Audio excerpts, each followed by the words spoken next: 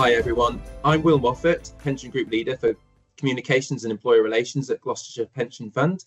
And today I'd like to introduce you to Pella Ferry, Senior Pension Officer for Communications, and Leanne Moulder, PGL Pension Group Leader for Data and Systems.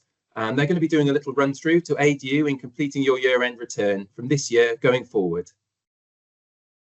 Welcome everyone to our year-end return video. I'm just going to talk you through what you should receive from ourselves and how to complete the year-end return and kind of some of the typical problems that you may come across. We have slightly changed the template this year, so we would ask you to use this year's template and not the template that you've used in previous years. The template does include some validations. We'd like this template completed by the 30th of April, so your year-end return to us by the 30th of April, which is the same deadline as it was last year, to enable us to do our validations and upload into the records so we can get the benefit statements out in time for August. I'm just going to share my screen. So when you click the attachment, it should bring up a guidance page. So this is the page you will land on, and this will give you some instructions with regard to filling in the return, and it will give you some sort of common queries that we seem to get that the employers is a little bit more tricky to complete, and how to complete and what to complete, as opposed to active members with no contributions, what to do with refunds of contributions, what to do with multiple posts, if you need to amalgamate them, if you need to leave them separate to ensure that they come through on the right unique reference. We have included some validations, as I mentioned earlier, and there is a summary sheet that once you've gone through, it will show any sort of member failures that you may need to look at before sending to us. If it does come to us with failures, this will be the first thing we look at, and you may get it straight back to kind of resubmit. There's also where to send, once you've completed it, where to send this template to. So once you've read through the instructions, you can click on the click to begin button, and it will open the second part of the spreadsheet, the sections to complete. And as you can see, it looks very similar to how it was before, apart from the fact we've put some guidance above the columns to give you a little bit of visual help in filling in the correct columns. And as well, on the right hand side, there is validations that once you've entered all your data, you can kind of copy down the columns, and it should give you passes and fails, anything immediate that you may need to resolve.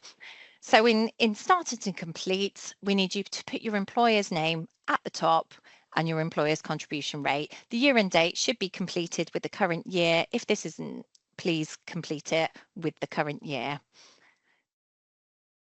So coming to complete the year-end return, either you can fill in line by line manually if you've only got a small amount of employers, fill it in column by column, or use reports created by your payroll system. The number of columns is still the same and look very similar to previous year-end returns, so you should just be able to copy and paste or copy from reports that you've used previously.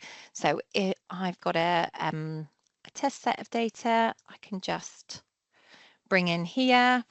And the first couple of columns are quite self-explanatory, with surnames and forenames and an abbreviation of the sex, male or females, date of birth, NI number. It does give you an example above the columns of the formats we wish you to use, but then that will be looked at with the validations as well. The payroll reference or the unique ID. Some people's payroll references aren't enough if they've got multiple employments. We need to know the post number as well. So some numbers will be quite simple if one member has one role. If they've got more than one role, we do need a unique reference per each role, per each member. So if you have done, if we have got your numbers saved on our pension system, then these numbers need to be the same. So on all correspondence, we need to have the same unique reference, and these will be used to match to our pension records. Then there's, yep.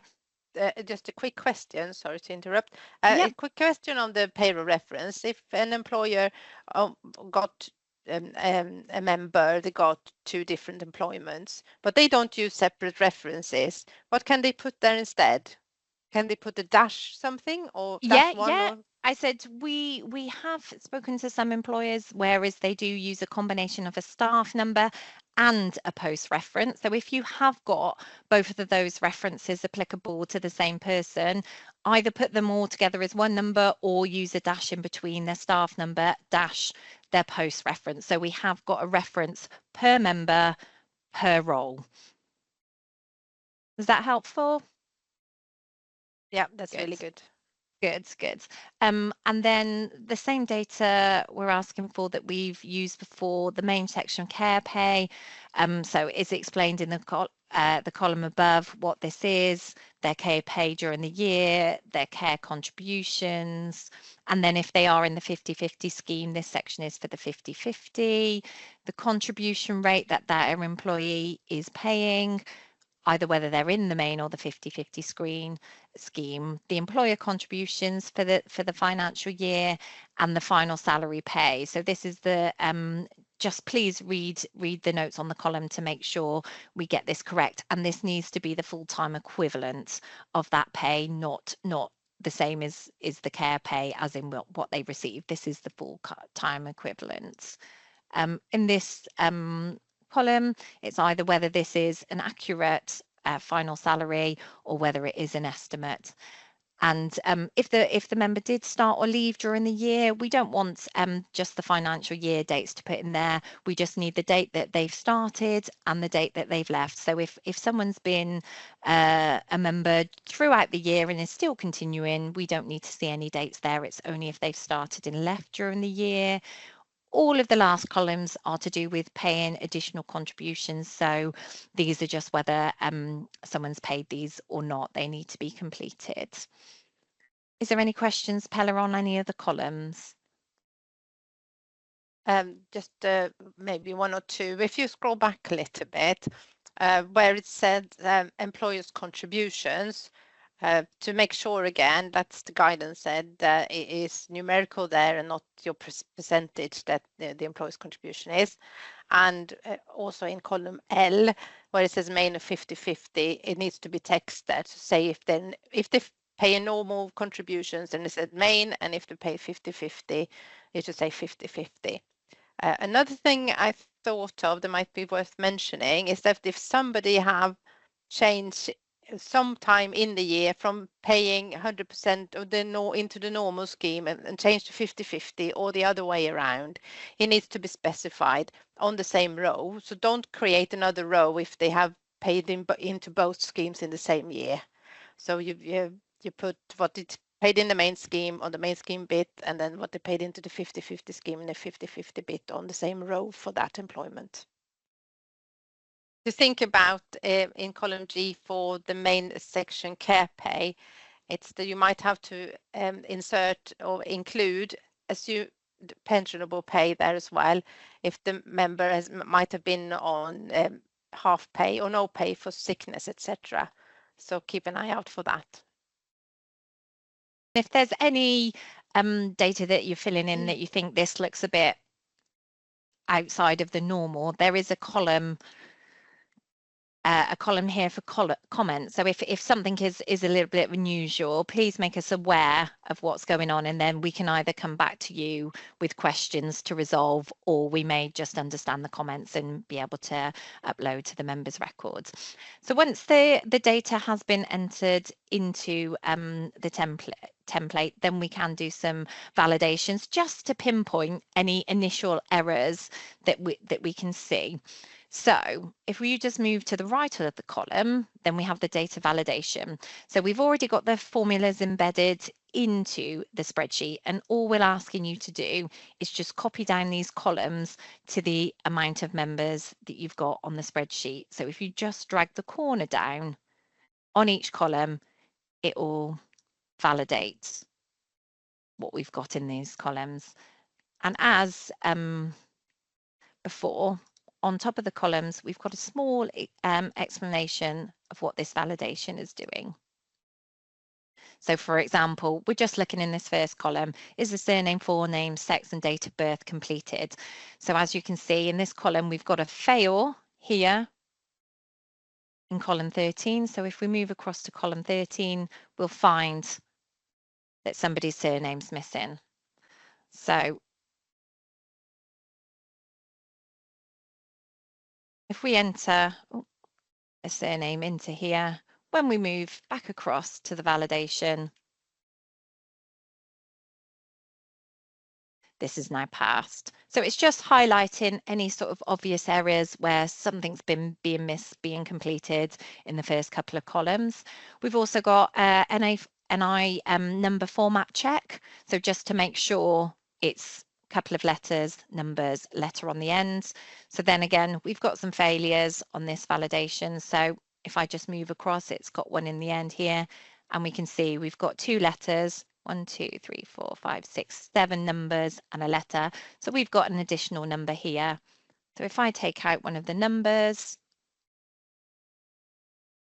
and go back across to the validation, it's now a pass. So again, it's just having a little look to see whether we can eliminate some of the initial errors.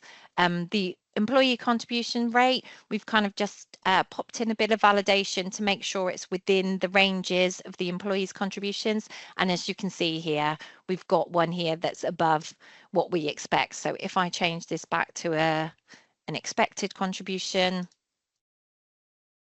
this will then pass the validation. Does care pay and employee contributions contain 0 or negative figures? So again, it's just checking for anything obvious. So if we can see, we've got a fail here. So we're looking at the contributions. We have got a negative figure here. So we can immediately see we shouldn't have a negative figure unless there's some notes in this comment, so we can have a little look to see why we're expecting a negative or why we're expecting a 0. So then again, we've passed that validation. And then also the last validation we've put in is the final salary that you provided. Does this look too low to be a full-time equivalent? So here, this should be a full-time equivalent and nobody should have a pay of minus 17,000. So again, this is just flagged up that there's some error there. And as well, we've got a full-time equivalent salary of 12,500, which we wouldn't expect somebody to be on a full-time rate of 12,500. So that's failed as well. So we might have just entered that incorrectly. So they're just the quick validations that we've put in place, and now we've cleared off those validations. If we would clear those off as well, those validations do show as a summary on the front sheet. So when you're saving these and sending these back to us, it will highlight whether there's some validations there to look at, see whether there's some comments that we need to go through to make sure we agree and we can accept that validation sort of failure. So it's just a quick check for us and a quick check for you whether all of this data looks okay. So hopefully all of this will be green, or if there are some failures, it will be explained in the comments. Once all's completed and we're happy that the validations have been explained, then if you could save this with password protected and send it to the pension data at gloucestershire.gov.uk email address and send the password under a separate email, then we're making sure everyone's personal data is secure. Well, I hope you found that video useful. Thank you very much for watching.